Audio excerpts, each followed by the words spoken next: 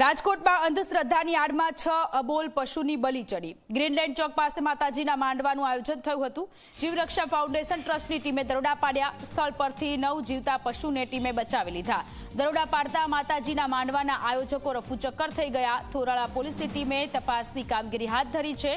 રાજકોટની આ ઘટના છે કે જ્યાં 6 જેટલા અબોલ પશુઓની બલી ચડાવવામાં આવી। થોરાળા પોલીસની ટીમે કાર્યવાહી કરી છે। સ્થળ પરથી 9 જીવતા પશુને ટીમે બચાવી લીધા છે। અંધશ્રદ્ધામાં આ જીવતા પશુઓ કે જેની બલી ચડાવવામાં આવી, 9 જેટલા જીવતા પશુને બચાવી લેવામાં આવ્યા। માતાજીના માંડવાનું આયોજન રાજકોટમાં થયું હતું। જીવરક્ષા ફાઉન્ડેશન ટ્રસ્ટની ટીમે દરોડા પાડ્યા।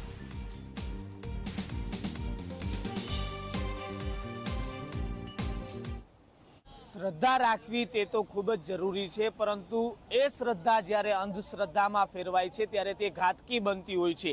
આવી જ એક ઘટના રાજકોટ શહેરમાંથી સામે આવી છે। રાજકોટ શહેરના અમદાવાદ હાઈવે નજીક એક ચૌહાણ પરિવાર દ્વારા શ્રી વિહિત માતાજીનો માંડવો છે તે રાખવામાં આવ્યો હતો અને આ માંડવાની અંદર છે તે 15 જેટલા પશુઓની બલી છે તે ચડાવવામાં આવનાર હતી, જેમાંથી કહીએ કે જે રીતના 9 જીવતા પશુની બલી જે રીતના જે ચડાવવાના હતા તે પહેલા જ જીવ રક્ષા ફાઉન્ડેશન છે તે અહીંયા પહોંચ્યું હતું અને 6 જેટલા જે રીતના બોકડાની બલી તો ચડી ગઈ હતી। જ્યારે જીવ રક્ષા ફાઉન્ડેશન અહીંયા પહોંચ્યું ત્યારે દ્રશ્યો પણ હું દેખાડવાનો પ્રયાસ કરીશ કે માતાજીની સ્થાપના પણ છે તે કરવામાં આવી હતી।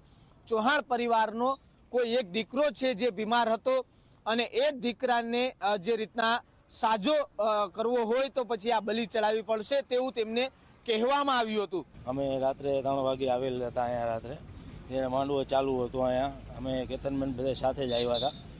અમે 3 વાગે માંડવો ચાલુ હતો ત્યારે અમે આવ્યા ત્યારે આ બલીની બધું કાર્યક્રમ ને બધું ચાલુ હતું। અમે થોડાક લેટ પડ્યા, અડધી કલાક। જો વહેલા આવી ગયા તો અમે 6 જીવ બચી જાત। 6 જીવ એને મારેલ છે અને બીજા 9 જીવ અમે બચાવેલ છે।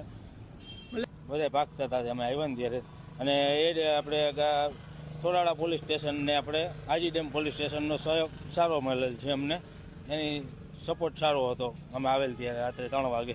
જીવ માત્રની આપણે રક્ષા કરવી જોઈએ। જ્યાં લગી અત્યારે એ લોકો જીવની બલી ચડાવે છે, અત્યારે ચડાવી ન જોઈએ।